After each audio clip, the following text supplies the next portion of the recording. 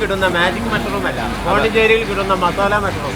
ഒരു ക്യാമറയിൽ നല്ല അടിപൊളി ഫ്രെയിമൊക്കെ സെറ്റ് ചെയ്ത് ഫോട്ടോ എടുക്കാൻ പറ്റുന്നത് നല്ല കിടിലൻ പ്ലേസ് ആണ് കേട്ടോ. അപ്പം ഞാൻ ഇന്ന് ചെന്നൈക്ക് പോവുകയാണ്. ഞാൻ ആദ്യം പോയിട്ട് നമ്മുടെ VM-നെയും കൂട്ടി നേരെ മനുവിൻ്റെ അടുത്ത്. അപ്പം നമ്മുടെ രണ്ടാമത്തെ ആൾ വന്നിട്ടുണ്ട്. ഇത് നേരെ തിരൂരിന്. ഉച്ചയ്ക്ക് 1 മണിക്കത്തെ വയനാട് ചുരത്തിലെ അവസ്ഥയാണ് ഈ കാണുന്നത്.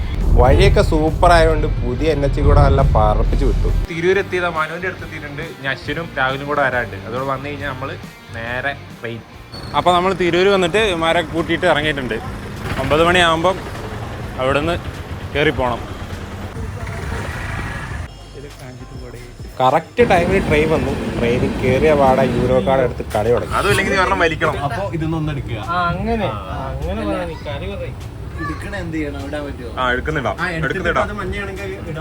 പിന്നെ ഒന്ന് കിടന്നുറങ്ങി എഴുന്നേറ്റപ്പോഴേക്കും ചെന്നൈ എത്താറായി. സൂര്യനൊക്കെ അങ്ങനെ ഉദിച്ചു വരുന്നുണ്ട്. അപ്പോൾ നമ്മൾ ചെന്നൈ എത്തിയിരിക്കുന്നു.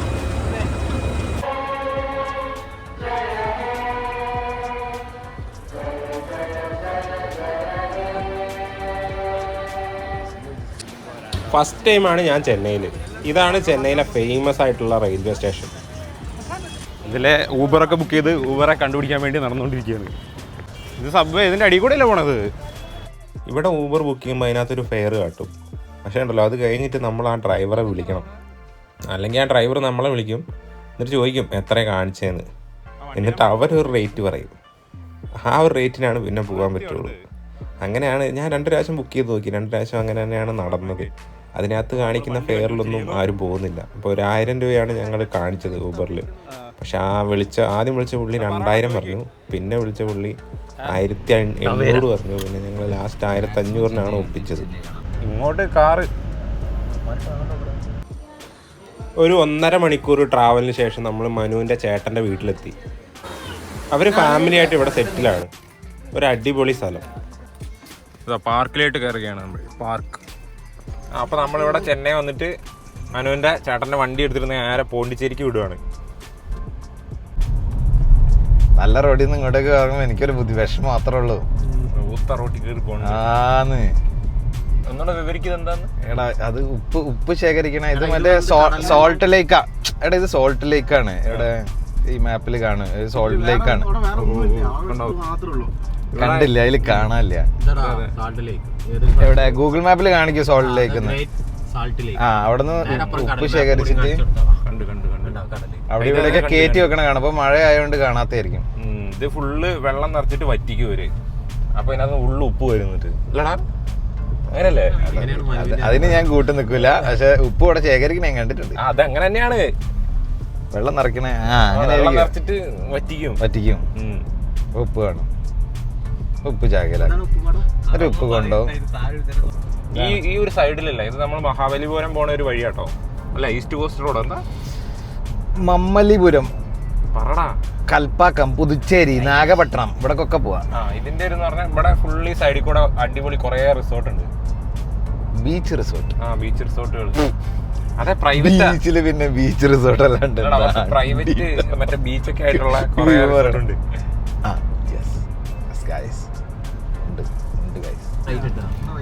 ഇതാണ് മഹാബലിപുരം പോണ റോഡ് കേട്ടോ. ഇവിടുന്ന് ഇതന്നെ മഹാബലിപുരം. അതാ ഷോർ ടെമ്പിൾ ഒക്കെ അവിടുത്തെ മറ്റേ ഫേമസ് ടെമ്പിൾ ആണ്. ഇത് നമ്മൾ നാളെ പോകും. ഇവിടെ ഇപ്പം നമ്മൾ നേരെ പോണ്ടി പിടിക്കും. എന്തൊക്കെയോ ഉണ്ട് അവിടെ. നദി ഇതൊക്കെ നദിയാണ്. നമ്മളിവിടെ ഒരു ഹോട്ടലിൽ കയറിയിട്ടുണ്ട്. ഇവിടെ ചോറ് കഴിക്കാനുള്ള പ്ലാനാണ്. എനിക്കൊരു ഓംലെറ്റ്. ഞങ്ങൾ ഇങ്ങനത്തെ ചെറിയ ചെറിയ കടകളാണ് പ്രിഫർ ചെയ്തത്. തമിഴ്നാട്ടിൽ വന്നിട്ട് ഏത് കടയിൽ കയറി കഴിഞ്ഞാലും നല്ല അടിപൊളി സാമ്പാർ കിട്ടും. അപ്പം നമ്മൾ പോണ്ടിച്ചേരി എത്തി. ഇനി ഇതിലെങ്ങനെ നടത്തം. ഈ ഒരു സ്ഥലത്ത് കുറേ കണ്ടില്ലേ ഇങ്ങനത്തെ സാധനങ്ങളുണ്ട്. ആൾക്കാരുണ്ടാക്കി കൊണ്ടുവച്ചേക്കുന്ന ഡ്രീം ക്യാച്ചർ. ഇത് ശരിക്കും നമ്മുടെ ഫോർട്ട് കൊച്ചിയിലൊക്കെ വന്നിട്ട് നമ്മൾ നടക്കുന്നില്ലേ, ആ ഒരു സെറ്റപ്പ് തന്നെ.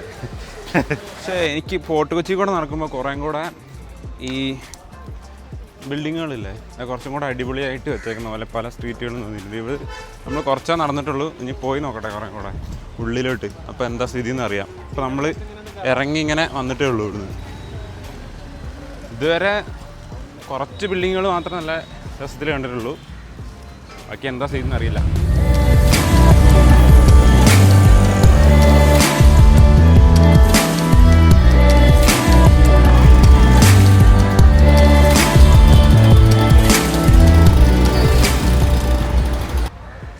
അവർ ലേഡി ഓഫ് ഏഞ്ചൽസ്. ചരിത്രം പിൻഭാഗത്താണ് ചരിത്രം. ഇതിൻ്റെ പിൻഭാഗത്താണ് ചരിത്രം അല്ലേ?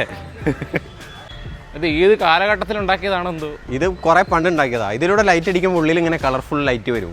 പോടാ ആടാ അതാ അത് DJ സെറ്റപ്പാണ്. കണ്ട ഇവിടുന്ന് ഉള്ളിൽ കയറി നോക്കിയപ്പോൾ ഇതിലൂടെ ഫുള്ള് സെറ്റ് ആയിരിക്കും. കണ്ട കളർ കണ്ടില്ലേ ഉള്ളില്?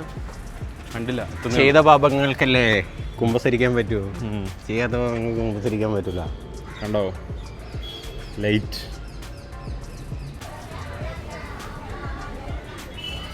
ചെരുപ്പൊക്കെ ഇട്ട് കയറി പോകുന്നുണ്ട്. ഇങ്ങോട്ട് വരുമ്പോൾ നല്ല ഫ്രെയിമുകൾ വരുന്നുണ്ട് കേട്ടോ. നല്ല അടിപൊളി ആർക്കിടെക്ചറൊക്കെ മാറി ഇപ്പം നമ്മുടെ കൊച്ചിയിലൊക്കെ കാണുന്ന പോലെ ഫോർട്ട് കൊച്ചിയിലൊക്കെ ഉള്ള പോലെ അടിപൊളി ബിൽഡിങ്ങായി. നേരത്തെ നമ്മൾ പോയ സ്ഥലം അത്ര സെറ്റപ്പ് ആയിരുന്നില്ല, പക്ഷെ ഇവിടേക്ക് വരുമ്പോഴും സൂപ്പറാകുന്നുണ്ട്. ഈ ഒരു സൈഡിൽ കൂടെയാണ് ബീച്ചിലേക്ക് പോകുന്നത്. ഇതുണ്ടോ ഇവിടെ എന്തോ പോലീസിൻ്റെ ഹെഡ് ക്വാർട്ടേഴ്സൊക്കെ ഉണ്ട്. അതിൻ്റെ നേരെ ഓപ്പോസിറ്റ് ഇത് കഴിഞ്ഞാൽ നേരെ നമ്മുടെ ബീച്ചാണ്. ഇതിലെവിടെയോ വെച്ചാണ് ഈ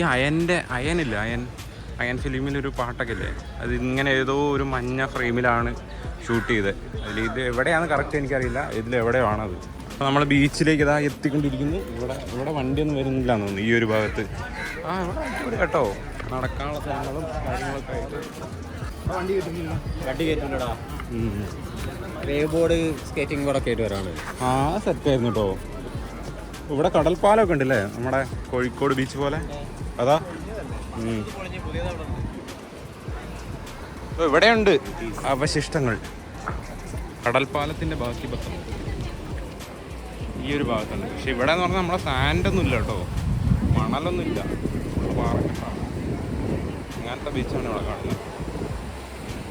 അവിടെ ഒരു കടൽപ്പാലമുണ്ട്. അവിടെ കുറേ ഫ്രെയിമൊക്കെ ഇങ്ങനെ സെറ്റ് ചെയ്ത് വെച്ചിട്ടുണ്ട്. Pondicherry view time a break. പക്ഷെ ഈ ബീച്ച് മറ്റേ മണലില്ലാത്ത ബീച്ചറാ. പോണ്ടിച്ചേരി കടലിനേക്കാളും നല്ലത് പൂണ്ടി മലനിരകളായിരുന്നു. പൂണ്ടി കൊടൈക്കനാൽ. നീ പോയിട്ടില്ലേ പൂണ്ടിയില്? ഇപ്പൊ ഇവൻ പറയുന്ന ഇപ്പുറ സൈഡിലോട്ട് പോയാൽ കുറെ ഹിസ്റ്റോറിക്കൽ സാധനങ്ങളുണ്ടെന്നാ. നമുക്ക് അങ്ങോട്ട് പോയി നോക്കാം. അതെ, വാർ സോൺ, പീരങ്കിയും പിന്നെന്താ വെടിക്കോപ്പുകളൊക്കെ ഉണ്ട്. ഇവിടെ ഒരു ക്ലോക്ക് ടവർ ഉണ്ട് കേട്ടോ. ഇതാണ് ഇവിടുത്തെ ക്ലോക്ക് ടവർ. ഞാനിവിടെ ഭാരതാമ്മേൻ്റെ കൂടെ ഹോട്ടലും റിസോർട്ടുകളൊക്കെ കേട്ടോ ഈ സൈഡിൽ കാണുന്നത്. എൻ്റെ ഒരു അഭിപ്രായത്തിൽ പോണ്ടിച്ചേരി ബീച്ച് വലിയ സെറ്റപ്പ് ഒന്നും ഇല്ല. നമ്മുടെ ഒരു സെറ്റപ്പ് ഇല്ല. നമ്മൾ അന്വേഷിച്ചപ്പോൾ ചെക്കൻ പറഞ്ഞെന്താന്ന് വെച്ചാൽ ഇവിടെ ആകെയുള്ളത് മദ്യം, അറിവില്ല, ബീച്ച് പോരാൻ നോക്കുക. ആ ബീച്ച് ഒരു സുഖമില്ല. ബീച്ച് എന്ന് പറഞ്ഞാൽ ഫുള്ള് പാറക്കെട്ടൊക്കെ ആയിട്ട് അങ്ങോട്ട് ഇറങ്ങാനൊന്നും പറ്റില്ല. നമ്മുടെ കോഴിക്കോട് ബീച്ചൊക്കെ വെച്ച് നോക്കുമ്പോൾ വലിയ സെറ്റപ്പ്. കരയില്ല. അതെ, ഫുള്ള് വെള്ളം വന്നിട്ട് ആ പാറക്കെട്ടിന് നേരെ അടിക്കുകയാണ്. പിന്നെ ഇവിടെ വന്നാൽ ഇങ്ങനെ വായി നോക്കി നടക്കാന്നല്ലാണ്ട് വലിയ സെറ്റപ്പായിട്ട്. ഇതിന് കുറച്ച് അപ്പുറമുള്ള സ്ട്രീറ്റില്ലേ ആ ഭാഗത്തേക്ക് പോയി കഴിഞ്ഞാൽ കുറേ ബിൽഡിങ്ങുകളുണ്ട്. അത് അത്യാവശ്യം ഫോട്ടോയൊക്കെ എടുക്കാൻ പറ്റുന്ന ആൾക്കാർക്ക് വന്നു കഴിഞ്ഞാൽ അവിടെ പോയി നിന്ന് ഫോട്ടോയൊക്കെ എടുത്ത് കുറേ വായി നോക്കി അങ്ങനെ പോകാൻ പറ്റും കേട്ടോ. ഇങ്ങനത്തെ ബിൽഡിങ്ങുകൾ ഇവിടെ കുറേ ഉണ്ട് കേട്ടോ. ഇങ്ങോട്ട് എത്തിക്കഴിഞ്ഞപ്പോൾ കണ്ടോ വാൾ പെയിൻറ്റിങ്ങും അങ്ങനത്തെ കുറേ സംഭവങ്ങളൊക്കെ വന്നു കേട്ടോ. ഇങ്ങോട്ട് എത്തുന്തോറും രസമുണ്ട്. ഇതൊക്കെ രസമുണ്ട്. ഈ ഫ്രെയിമൊക്കെ നല്ല രസമുണ്ട്. ഈ ഫോട്ടോ എടുക്കാൻ പറ്റുന്നവർക്ക് അടിപൊളിയാണ് ഇവിടെ. ഒരു ക്യാമറയിൽ നല്ല അടിപൊളി ഫ്രെയിമൊക്കെ സെറ്റ് ചെയ്ത് ഫോട്ടോ എടുക്കാൻ പറ്റുന്നവർക്ക് നല്ല കിടിലൻ പ്ലേസാണ് കേട്ടോ. അല്ലാണ്ട് ബീച്ച് വൈബ് ഇഷ്ടപ്പെടുന്നവർക്ക് എനിക്ക് ഇഷ്ടപ്പെടുമോ എന്നറിയില്ല. ഈ ഭാഗങ്ങളെല്ലാം എനിക്ക് ഭയങ്കര ഇഷ്ടപ്പെട്ടു. നമ്മൾ നടന്ന് ഈ ബീച്ചിൻ്റെ ഒരു സൈഡിലെത്തി. ഈ സൈഡിലെത്തിയപ്പോൾ ആണ് നമുക്ക് നേരത്തെ ഞങ്ങൾ പറഞ്ഞില്ലേ ഒരു മണലൊക്കെ ഉള്ള അങ്ങനെയുള്ള കുറച്ച് സ്ഥലം കാണാൻ പറ്റിയത്. ഇതുവരെ മണലും കണ്ടില്ല, ഒരു കോപ്പും കണ്ടില്ലായിരുന്നു. ഇതുണ്ടോ, ഒരു തോക്കും ഒരു തൊപ്പി. ഇതെന്തിൻ്റെയാണെന്ന് കറക്റ്റ് അറിയില്ല. അവിടെ എങ്ങനെ ഉണ്ട്. എന്തോ ഒരു സംഭവം വരുന്നുണ്ട്.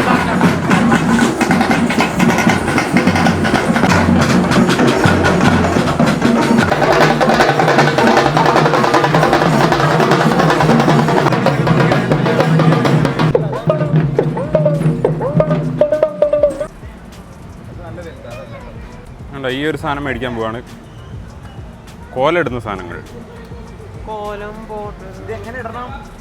അരിപ്പൊടി ഇട്ടിട്ട് ഇങ്ങനെ ഉണ്ടോ, ഇങ്ങനെയാണ് ഇത് ഇടുന്നത് കേട്ടോ.